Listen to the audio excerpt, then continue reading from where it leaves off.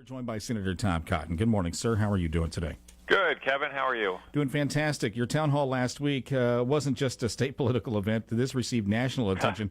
Why did you choose to stand in front of the voters rather than skip the public interaction as some of those in Congress have done?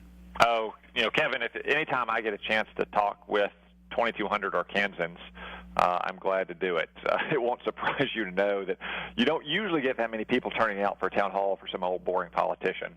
So I was glad to do it. Obviously, there's a lot of people feel very strongly about the new president. A lot of people feel very strongly about health care. I can understand that. It was a divisive campaign. Still very high levels of interest, as we typically have when we have a change in administration.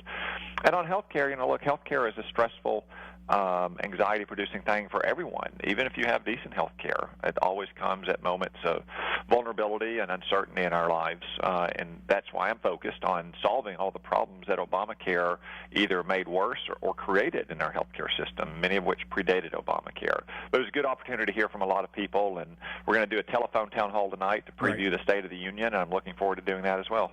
What time will that town hall take place? That's going to kick off at 5:40 Central Time, so 5:40 p.m. in Arkansas.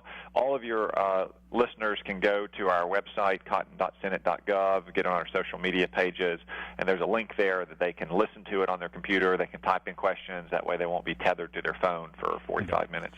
I will put that link on our Facebook page here in just a minute when I have a second to do it, so you'll find it there, too. Senator, if you could, I want to go back to Obamacare. 7 years of complaints about this program, 6 anyway. Why didn't Republicans, or haven't they put together a plan in that period of time? Why is there not anything out there that's been presented? Fair point, Kevin. But what I would say is that it's not that Republicans lack a plan, it's that we have lots of plans. And that's not surprising. It's a big, diverse country, and we all represent different kinds of states and different kinds of people in those states. So we have a multitude of solutions. Now we're going to go through the legislative process and air all those views and reach a solution ultimately. But in the end, we've had 4 elections about Obamacare, and Republicans won big victories in 3 of them. Now, that's why we have the White House and the Congress promising to repeal Obamacare and fix our health care system in a way that Obamacare claimed but failed. So that's what my focus is. Back to work this week in the Senate. What's the focus there?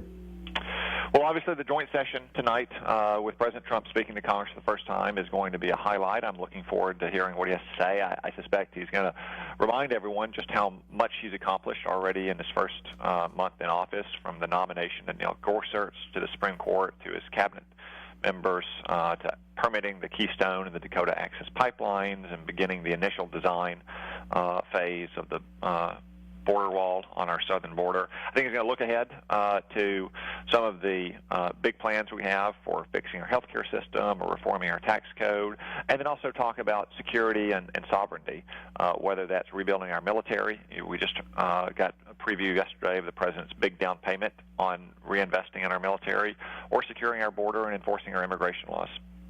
Senator Tom Cotton, do you feel confidence in the president at this point as he's into this administration for the first 40 days here, or are there points where you disagree with him? Well, there's always going to be points of agreement and disagreement. No one agrees with anyone 100% of the time. What I said in the campaign is what I would say now. I will support the president when he's right, and I will try to change his mind when he's wrong.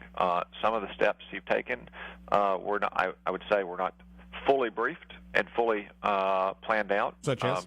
Well, the most obvious example is his pause on travel from 7 war-torn countries. Secretary of Homeland Security John Kelly has testified in front of the Congress that DHS could have done a better job in briefing the Congress on those steps, making sure that frontline agents at airports were aware of what was happening, and generally making sure that the implementation was smoother. Policy is understandable. We don't want potential terrorists or other threats to our people traveling to our country, and there are certain countries in the world that either are more rife with terrorists or with whom we have a tougher time reviewing those who would travel here, but obviously the implementation could have been a little bit better. Senator Tom Cotton, thank you for carving out some time. Always. You have a good day. Bye-bye. 746 News Radio 102.9 KARN.